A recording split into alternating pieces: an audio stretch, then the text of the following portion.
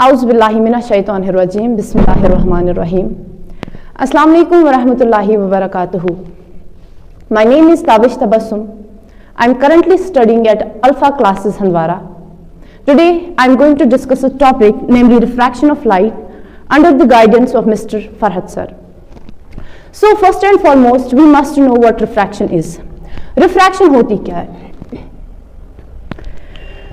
Let me define the term refraction.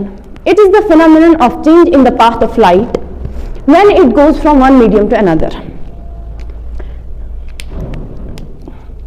Here, ये हमने एक इंटरफेस लिया, that's x and y. What is interface? Interface क्या होता है? It's actually the point where the two medias meet. यहाँ पर मैंने एक मीडिया एयर लिया, मीडियम सॉरी, और दूसरा मीडियम हमने लिया वाटर, राइट? जब एक लाइट रे सन से आके या किसी भी पॉइंट लाइट सोर्स से आके इंसिडेंट हुई एक मीडियम पे, यहाँ पर रिफ्लेक्शन होती है, लेकिन अगर एक ही मीडिया होता है, यहाँ पर लेकिन दो मीडिया, दैट मीन्स यहाँ पर रिफ्रैक्शन होगी. We will draw normal. Normal क्यों हम डालते हैं? To check the value of angles. जब ये लाइट रे इंसिडेंट हो गई इस इंटरफेस पे, यहाँ पर ये क्या हो गया कि लाइट रे ऐसे बेंड हो गई, ऐसे बेंड हो गई, इसने तो ऐसे जाना था, ये तो ओरिजिनल पाथ था लाइट रे का, लेकिन ऐसे ये गई. क्यों?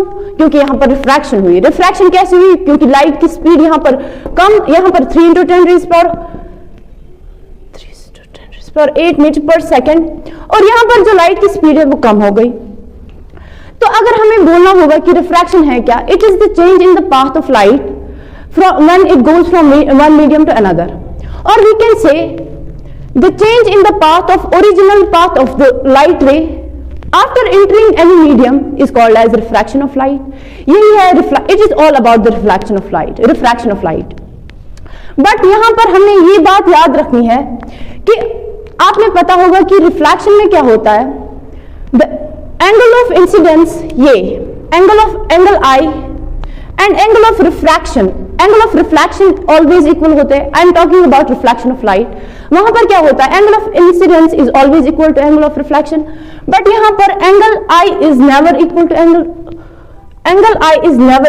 angle R. angle I कभी angle R के बराबर नहीं होता है, क्योंकि यहाँ पर जो ये लाइट है ये अपना पाथ चेंज करती है, डिविएट करती है. फिर हमारे पास मीडियम है. मीडियम क्या होता है? इट्स द सब्सटेंस और any material through which the light can पास. फिर हम मीडियम की बात करें, इसमें हमारा एयर आता है, ऑयल आता है, और एनी ट्रांसपेरेंट मटेरियल जिससे लाइट पास हो उसे हम मीडियम कहते हैं.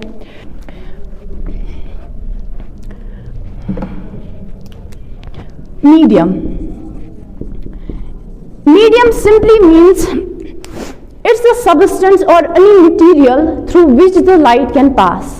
For example, हम ले एयर, हाँ लाइट पास हो जाती है, तो एक मीडियम. ऑयल लो, उससे भी लाइट पास हो जाती है, दैट मीन्स वो भी एक मीडियम कहलाएगा. एनी ट्रांसपेरेंट ग्लास और एनी ट्रांसपेरेंट मटीरियल एटसेट्रा, और any transparent material through which the light can pass is called as medium. Then we are having two types of mediums. One is rarer, another is denser.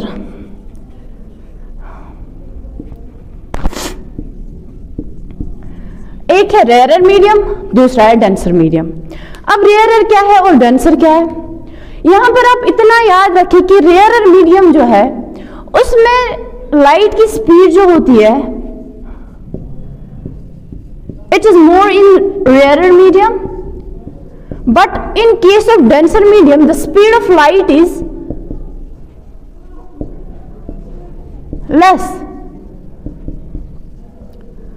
क्योंकि इनमें like एक तो denser medium और rare medium जो है वहां पर ये ऑप्टिकली डेंसर होते हैं आधे, और आधे ऑप्टिकली लेस डेंसर होते हैं, optically more denser. That is the reason एक रेयर कहलाता है, एक डेंसर कहलाता है. बस हमें यहाँ पर ये याद रखना है कि रेयर मीडियम में the speed of light in rare medium is more, but in case of denser medium the speed of light is less. It's all about denser and rare medium. Then we are having two cases. Two important cases regarding this refraction. Ray rare medium से होकर denser medium में जाती है। When a light ray goes from rarer to denser medium,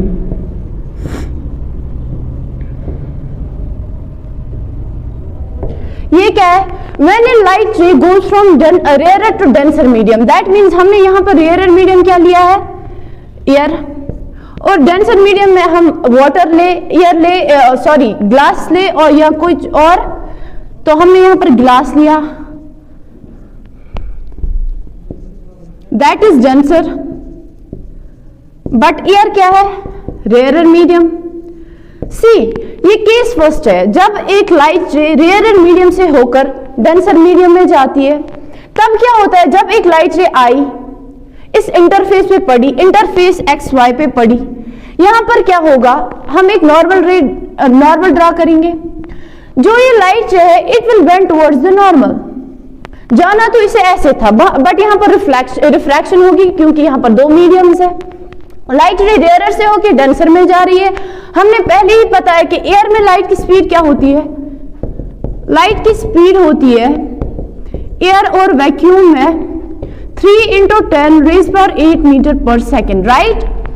3 × 10 raised power 8 metre per second air में light की speed होती है, but denser में जाके लाइट की स्पीड कम हो जाती है। ओके, तो इसने बेंड टुवर्ड्स नॉर्मल किया।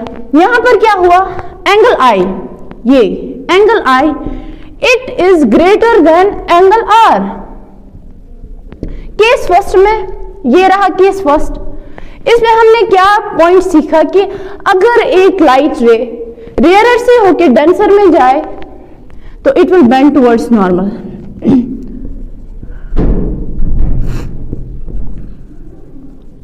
और यहां पर हमने ये सीखा कि यहां पर जब एक लाइट रे रेयर से होकर डेंसर में जाए, दैट मीन्स यहां पर एंगल आई ग्रेटर देन होगी angle R, angle of refraction से, राइट? फिर हम बात करें केस सेकंड की। केस सेकंड में क्या होता है? When a light ray goes from or when a light ray moves from denser to rarer medium, okay, denser to rarer medium। अब हमने अभी बोला कि यहां पर हमने लिया था एक इंटरफेस एक्स वाई, जहां पर दो मीडियाज मीट करते हैं, उसी को हम इंटरफेस बोलते हैं। फिर हमने लिया एक, अब हमें डेंसर से रेयर में जाना है, ये हमने ग्लास लिया, डेंसर मीडियम है। फिर हमने एयर में जाएगी ये रे जो कि रेयर मीडियम है। पॉइंट याद रखना है कि रेयर मीडियम में speed of light is more, but in denser medium speed of light is less. फिर जब एक लाइट रे आती है डेंसर मीडियम से होके, जब भी हम यहां पर एक नॉर्मल ड्रॉ करेंगे तो यहां पर क्या होगा? दिस रे it will bend away from the normal. क्यों?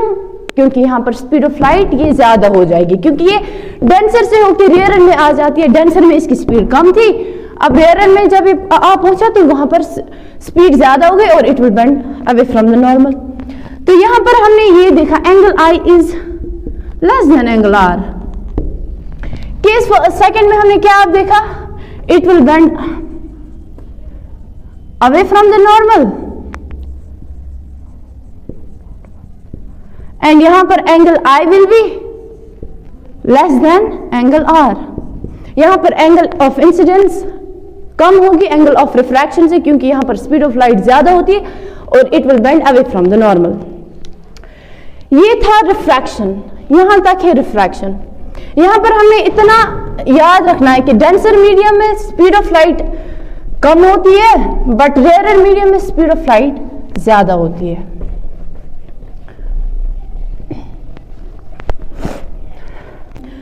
लॉ फर्स्ट है द इंसिडेंट रे हम IR से ये डिनोट करेंगे, रिफ्रैक्टेड रे RR से, and normal all lie on same plane.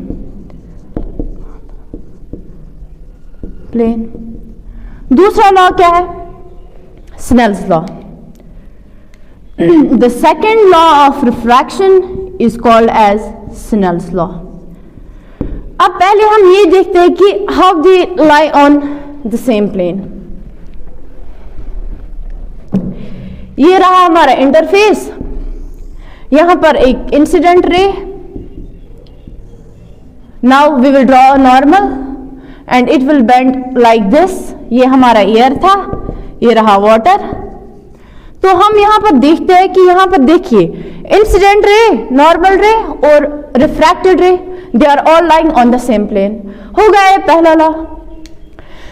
जो दूसरा लॉ है बहुत ही इंपॉर्टेंट लॉ है, that's also called as Snell's law. Why Snell's law? Because it was given by Wilbrod Snell. After the name of Wilbrod Snell, it was given as the name of Snell's. Now in this law, what this law states that the ratio of sine of angle of incidence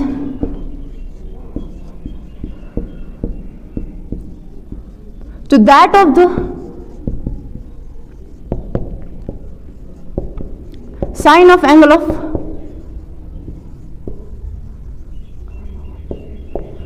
refraction is constant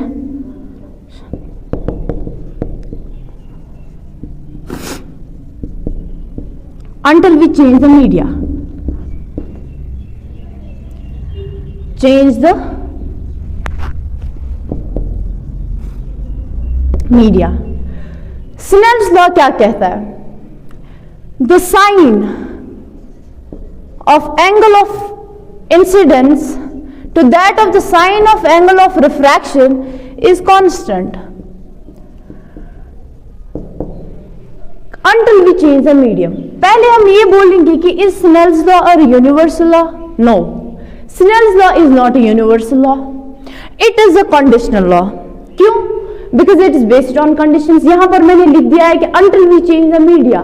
That means जैसे ही हम media change करेंगे ये constant नहीं रहेगा, इसका value ये नहीं रहेगा.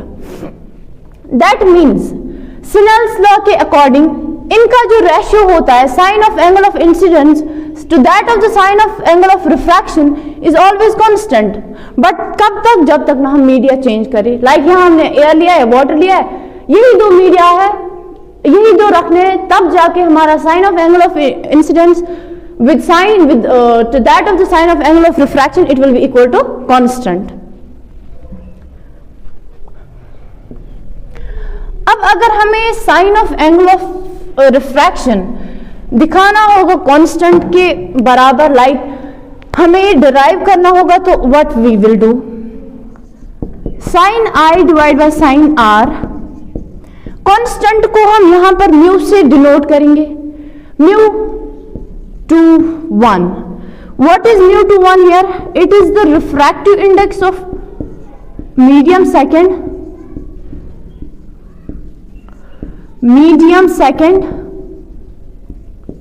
with respect to medium first. That means यहां पर म्यू किसके बराबर होगा? Mu two 1 will be equal to mu 2 divide by mu 1. आप ये याद रखिए कि जिसमें रिफ्रैक्शन हो रही हो, लाइक अगर हमारे पास यहाँ पर ये एयर है, यहाँ पर ये ग्लास है, इसमें रिफ्रैक्शन हो रही है, किसमें हो रही है? ग्लास में रिफ्रैक्शन हो रही है.